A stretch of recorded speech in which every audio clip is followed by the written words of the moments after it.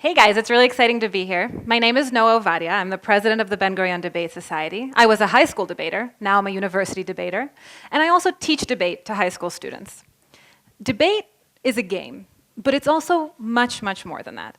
I believe that the skills it teaches, both directly and indirectly, can be an invaluable part of children's education. I believe that it can help them become more self-confident, active citizens with the skills needed to leave their fingerprint on the global community. Here are some of those skills. So the first thing debate teaches is self-confidence. How many people in the audience have a child who's in high school? How many of you guys remember yourselves when you were in high school? I spent most of my high school career making direct eye contact with the floor. Like, you can laugh, it's funny, but it's also a really rough time in people's lives, right? They're going through puberty, there's a lot of peer pressure, they're trying to become independent, but we're making them conform to a system. And what happens is that, especially in middle and high school, kids are very, very embarrassed to stand up in front of a crowd. More often than not, when I start working with a new group of kids, there isn't a single volunteer within the first meeting to stand up and do even a 1-minute speaking exercise in front of their friends. But by the time a few meetings go by, they're happy and excited, and they want to show off to their friends and to the class and be a part of public debating. I think that it's wonderful, and I think that that self-confidence also filters through, and I know that they're using it when they're presenting things in front of the class, when they're standing up to a bully, or even when they're trying to communicate with their family. I think that this self-confidence that they gain, especially at that age group, is really critical, and I'm happy to see it. Listen, it starts from the outside in, right? We teach them some basic do's and don'ts of body language when they're standing in front of a crowd, but it's much more than that. They learn to be confident in the content that they're presenting, and to have those positive experiences when they're in debating translates and goes through and affects them through many other parts of their lives. The second thing that we learn is to justify the seemingly obvious.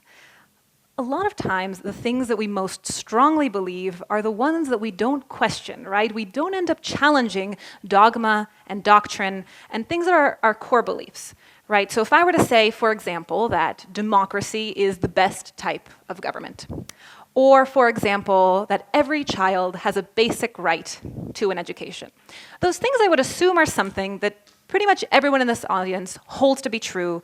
You probably live your life on those assumptions, vote by those assumptions. But now let's do a simple thought exercise. If I were to give you a blank piece of paper and a pen and ask you to write me a justification for those sentences, that's when it becomes a lot harder. And that's exactly what we learn and what we do in debate through practice. So I'll give you an example. Sometimes we do the debate of whether or not a student should be Facebook friends with their teachers. Most of the students instinctively go, absolutely not, I would never want to do that. And they really instinctively feel that they know which side of this debate that they would be on.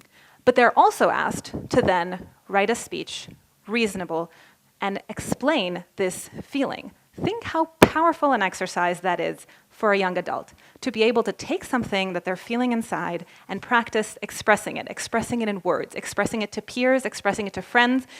This is a very, very powerful part of their education. The next thing that we learn is how to find the source of the conflict. Oftentimes, in an argument, we'll listen to the other side, we'll hear what we want to hear, and we'll attack that. But that's not a very effective method of argumentation, because what we need to be doing is listening a lot better.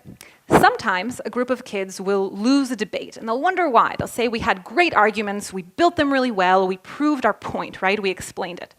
However, they failed to fully listen to the other side, to understand what they were saying and respond to it effectively. Both of those skills, right, building an argument and responding to it effectively, are necessary to win a debate. This ability to find the point, we call it in debate the point of clash, the point of disagreement, the point exactly where the argumentation needs to be, is a critical skill. And it goes much further than just, in a high school debate setting. All of this is relevant up to and including international relations, when we're in discussions between two countries, we're in discussions between two political leaders. And yes, it starts in the classroom, in a discussion between two children. And then the last thing that we learn is how to use feedback for positive growth. Unlike other competitive sports, such as soccer, for example, in which the winning team goes home to celebrate and the losing team goes home to lick their wounds, in debate, we focus on giving positive feedback to the winners to explain why they won, the losers to explain why they lost, and to every single debater to explain how they can do what they're doing better in the next round. All of this is critical because it teaches kids, first of all, to accept criticism both from their peers who give them rebuttals in a debate round, and from their superiors, from their instructors, from their teachers. It teaches them how to do this politely, which develops good sportsmanship skills. And it teaches them to think critically about the criticism that they receive, right? They can think if they want to accept it, if they want to listen to it but not implement it just yet, or if they didn't understand it fully and want to ask more questions.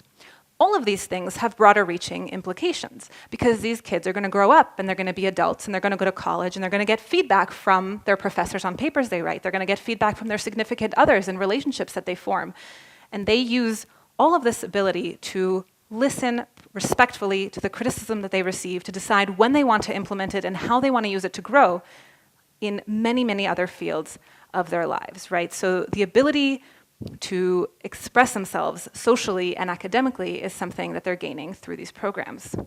So what do I think the world is going to look like after kids go through these programs? I think that we're getting kids who are more self-confident, kids who can express themselves and communicate the ideas, kids who can bridge gaps with other cultures. I'm so proud to be doing what I'm doing. I'm so proud to see these kids go through all of these steps and gain all of these skills. So thank you so much for your time, and thank you for helping me spread the message.